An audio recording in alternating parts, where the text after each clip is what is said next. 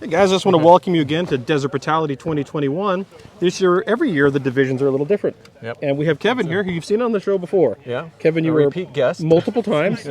Most epically, the War for Apacheria. Yeah. But you love doing that historic stuff. Oh yeah, that was great fun. And so this year we have multiple divisions that are Classic, Cold War, Partisan, which is the only one that doesn't use 3 guns, and Armored plus P. You are one of the few people doing Classic. Yes. Now, Classic requires 3 guns. It requires a pistol, a DMR, which is essentially a sniper rifle, probably in Classic parlance, and then a carbine or a rifle. So let's go through what you're using for your Classic, and then we'll talk a little bit about the end. So what are you using for your gear on this? Okay, What's your pistol? Let's go with that. My pistol, this is a 1911. Okay. Okay, because I'm doing a gunboat wars in China, Steve McQueen, Sand Pebbles, my interpretation here. Sure. So it was right post-World War I, so they had World War I gear. Yeah. So I have the, we'll make sure it's empty. Of course. It's a Colt reissue, Hold it up to the camera. but this is a 1911, made by Colt. They came Right. out with this about 6-8 years ago, and it's a genuine 1911 pattern, not an A1. It's the same with the hammer bite and the long trigger and the really tiny front sight. So, It's a beautiful pistol. but it is. It shoots really well. It's got that a Colt great gun. finish to yeah, it. it's just gorgeous. We may let's show the audience a little bit, may I? So, Yeah. So this thing is like gorgeous. I mean, this is when guns were still art, right? Yeah. So you're using a World War I pattern, 1911. yes. That's your pistol. You have low capacity, 7-round mags. Set. Yeah. Hit! Jesus Christ. Hit! Hit! Here we go.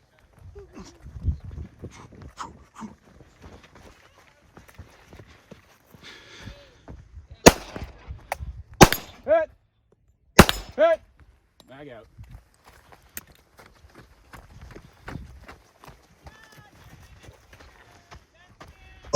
Holster! Steve McQueen, the most famous sailor with a BAR. Yep, I okay. was a sailor one time, so Yeah, you were. I got a BAR. Oh my gosh. Now the BAR has actually shown up on the channel a couple times before, but it is an amazing piece. Yes. And you've shot it before. You've been getting ready for a Yes. while for this. Yes, I have. I've been for months. I've been trying getting the hang of this and getting the hang of the pistol and everything else, so I could at least not embarrass myself. How's the BAR? So you've shot a couple 4 stages already today. Yeah. How's the BAR been treating you on the rifle course so far? It did really fine. I mean, it works. It's just the only issue I have is because of the battle sights. The battle sights on this are 300 yards, 30-06. Oh, so your 300 lowest yards. zero is 300 yards. If I bring up the slider, then it's 200 yards.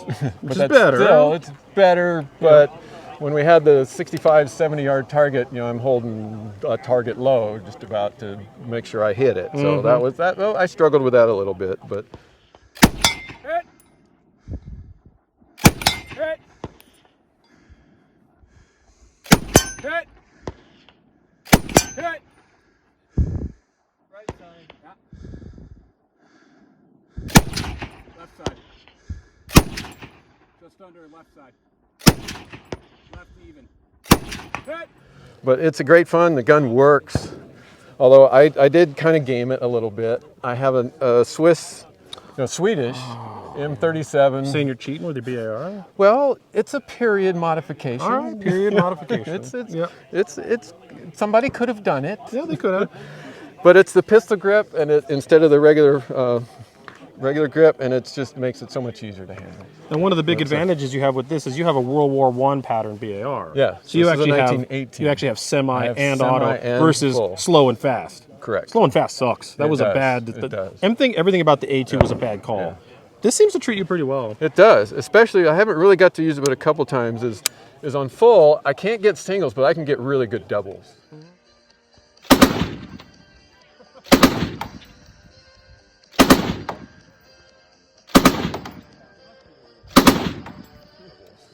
So when I need a double tap, it's really easy and it's a lot of fun.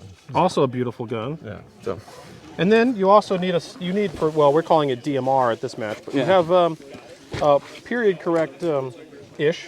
kind of, yeah. This Sniper is rifle. more World War II, but there were. This is because this is an A3, A4. World War I sniper things are But pretty yeah, it's the scarce. equivalent of a 03. Oh, and you've got this soda straw of an optic. Yeah, it's a little tiny. I don't know if it's even 20 millimeters. It's like 3/4 of an inch. So a 1903A4. Yes. Yep.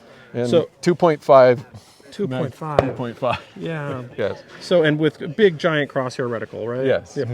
So you shot the DMR stage today. I These are did. targets out to 550, correct? Yeah. How did that go? Well, I did okay on the first three. We had 220, 3, 4, and then 550. So I got the first three, but the 550, the crosshairs were just about the size of the target. And I have a 500-yard zero on this. So for everything else, I held low, and that worked all right. But that one I had to hold high a little bit. And you were one target high.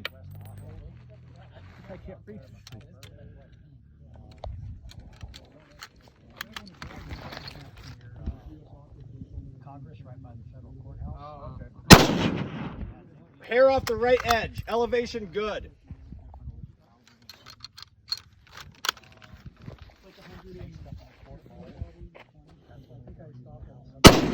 Hit!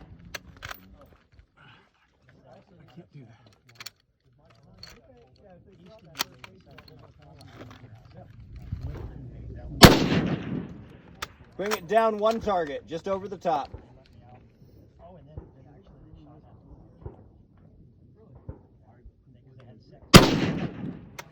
I just never did get it. I had to take the 5 shots and then move on. I understand that. It goes to show you how, like, this is very difficult equipment to use. It is. But in the right hands, it is still possible to effectively get hits like that. You can, yeah. That's really quite amazing when I you got think the about hits, it. and Yeah. even my misses out there at 550, they weren't very far away. Yeah, totally. So this is a real interesting thing. So in this regard, you're one of the few shooting classic. We have a couple others. Yeah. What is it like coming to a match like this that's like this difficult? I mean, it's a brutality match. It is. Shooting gear this, I'm going to go ahead and say it, at least obsolete, if not obsolescent. Yeah. It compounds the difficulty. It does. First off, it makes it's more of a challenge. I like a challenge. And I like to do something different. I just didn't want to shoot the same old AR pattern that everybody else did. I do that in the 2-gun matches pretty regularly. do. But something like this, it's more fun. You get to dress up a little, try something different. And again, your thing is, you and Ian have always done this, period gear during a match and seeing how it works and seeing what doesn't work and, and the difference. And I enjoy that too, and finding out, okay, some of this really sucks. Yep. What about the pouches? Although there's one thing I will say about the BR, the sling sucked. Sling. Yeah, I mean and I have the same one on here. The same style, and this was the period World War I. World War II, they went to they did away with most of these, the service rifle competition style slings. This leather loop sling was specifically used as a target sling. You put your arm through it, which is going to be a little challenging here. Yeah. You got it tight. Yeah. But once you get your arm through this, and then you twist around, I'm not quite right, but that's supposed to be for accuracy. Yeah. And it's much more of a competition sling than it is for any other functional purpose. From my research and seeing in the field, it wasn't used like that very much. No, it was not. Just used to carry the gun. But they did train on it a lot. They also switched away from the leather in World War II to, of course, the cotton ones, which are much quick adjust. They're quicker, they're easier. But because the KD range dictates so much of American rifle doctrine, they still have to use a loop sling. And so it still had to be somehow a marksmanship device, not just a strap to carry your gun.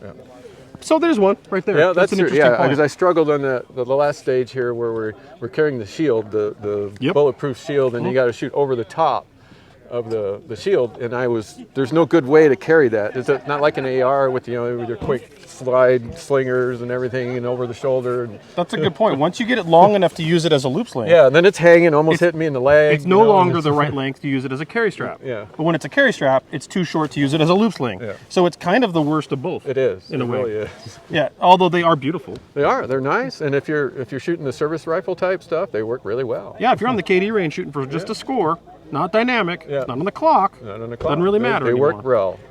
And we see that with so much American riflery, right? We see this with the M16A1 sights turned the A2 sights became just for better scores on the KD range. The sights on the BAR, like all these things, they kind of do this weird stuff. Like they did. That was the powers that be at that time. That was what they wanted. That's what they thought was best. And I think any of the guys in green out in blue in the field would have told them differently. You know, there's varying arguments on that, right? Because the best example I think of is World War I. Yeah. You had the 1903 Springfield, Yeah. and you had the P-17. Yeah. P-17 has the best battle sights It that does. pretty much It went. does. That Those battle really sights worked. Yeah. became, while they became adjustable, those battle sights moved to the M1 Yeah. Garand. Yeah. The 1903 Springfield sights are strictly target sights. Oh yes. But there are apocryphal Oh, yeah. accounts of there are apocryphal accounts of some World War I American doughboys preferring the little peep on the 1903, which I cannot get my head Yeah. wrapped around in combat. Well, on the BAR, Yeah. this is literally a 1917 Yeah, sight. it is. It It's is. the exact same. This part's same. This part's different, but this part's the same. And Would it's you- really good, other than 300 and 200. Well, that's when we still had ideas of distance combat. Yeah. But the aperture is big enough that it's actually viable to use. Yeah, Like you it can is. actually still not lose your Yeah. sense of perception and your situational awareness. Yeah. And the targets I got to hit when we were shooting out to the 300 and stuff after the DMR on stage 8, I did, what shots I got, I did pretty good. Excellent.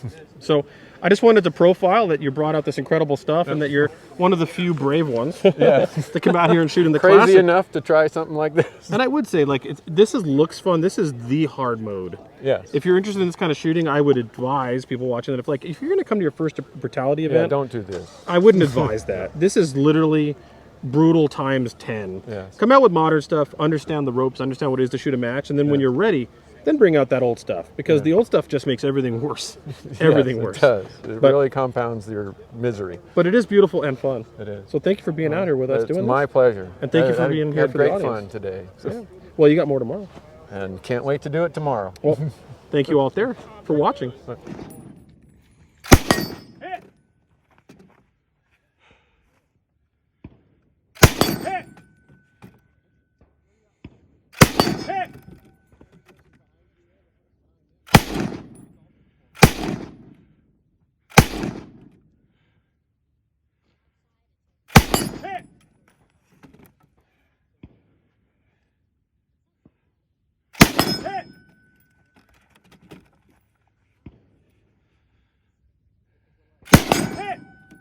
Give me one more.